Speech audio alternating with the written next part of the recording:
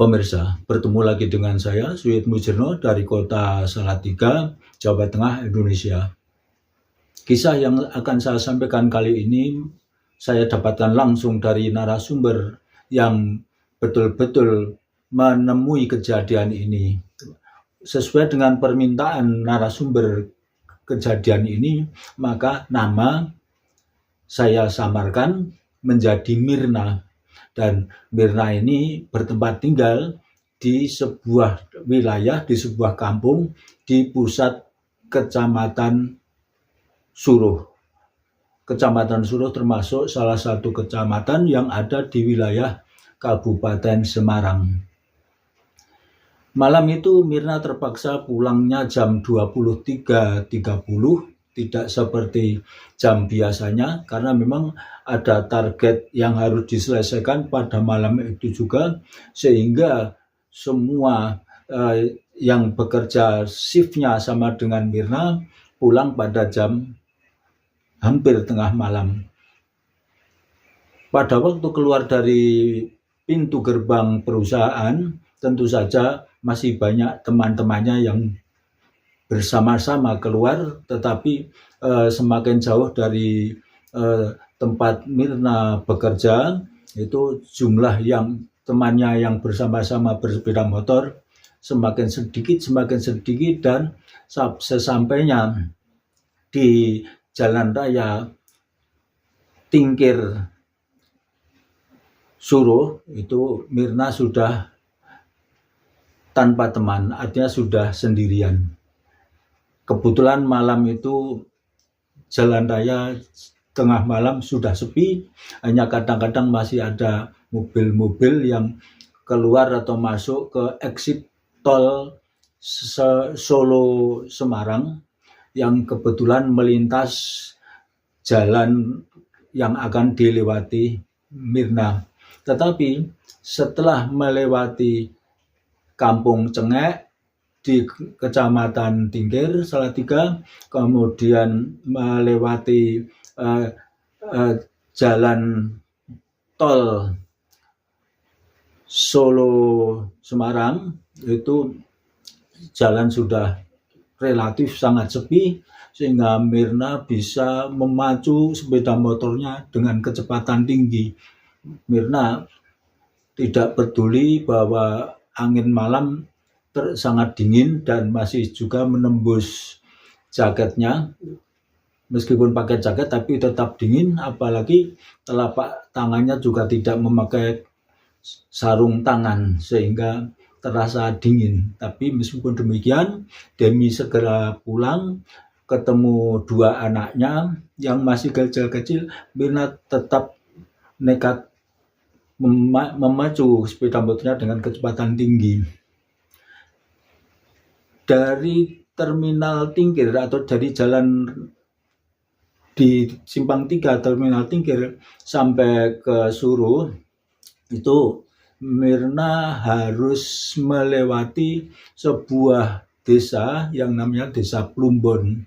Ketika sampai di Desa Plumbon ini, itu di sebuah tikungan yang kebetulan di sebelahnya itu ada pemakaman umum yang masih dipakai.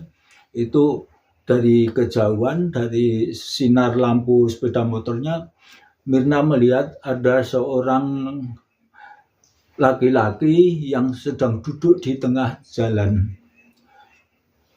Semakin dekat, orang itu semakin jelas. Orang itu memakai baju dan celana hitam. Kemudian semakin dekat, orang itu semakin jelas terlihat, dan ternyata setelah sangat dekat terlihat wajahnya sangat pucat, matanya melotot kosong, dan terdengar juga suara tangisan sangat menyedihkan dari laki-laki itu. Kemudian laki-laki yang duduk yang berada di tengah jalan tanpa alas kaki ataupun tanpa sandal itu, setelah sangat dekat dengan sepeda motor Mirna, dia tidak minggir, tidak menepi, tapi dia tahu-tahu langsung hilang. Ya Mirna dalam hati juga takut juga, ini bulu kuduknya juga berdiri, tapi kan tidak mungkin tidak pulang, tidak mungkin terus kembali, ya terus saja sepeda motornya dipacu lebih cepat supaya segera sampai di rumah.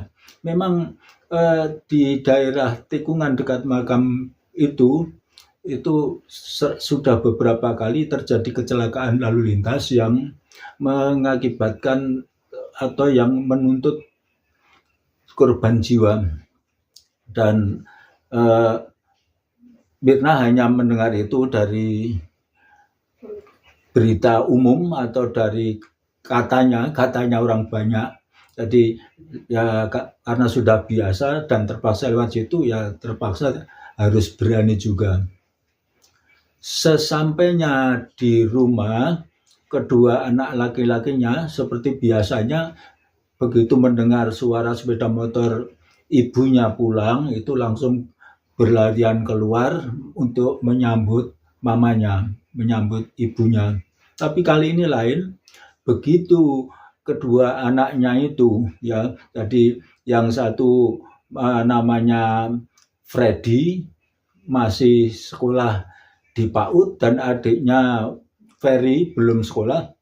Ternyata kedua anaknya ini begitu melihat Mirna langsung menjerit ketakutan dan berlari masuk kamar dan terus menjerit-jerit tidak mau melihat Mirna. Akhirnya Mirna lalu menghubungi kakeknya, menyampaikan permasalahan itu kepada kakeknya. Kemudian kakeknya ini yang memang menurut Mirna termasuk orang pintar, itu menyuruh Mirna mandi menggunakan air yang diberi garam, dan sebelum diberi garam juga dibacakan ayat-ayat dari Al-Quran, antara ada ayat Kursi, kemudian ada surat Al-Falaq, surat Anas, kemudian surat Al-Ikhlas, semuanya dibaca bergantian terus, kemudian digunakan ya air yang sudah diberi garam dan didoakan ini di ember, terus disiramkan untuk mandi Mirna. Kemudian kepada kedua anaknya, Mirna yang dibantu oleh ibu mertuanya yang juga serumah di situ, itu memberikan minuman sesuai dengan pesan kakeknya, supaya kedua anaknya itu diberi minuman air yang juga diberi garam dan dibacakan surat-surat dari kitab suci Al-Quran. Ya, kemudian air itu selain diminum juga ada yang diusapkan ke seluruh tubuh anaknya. Begitu diusapkan dan diminumkan, kedua anaknya langsung tidur lagi dan sampai pagi tidak bangun. Jadi begitu Mirna mandi, itu anaknya sudah seperti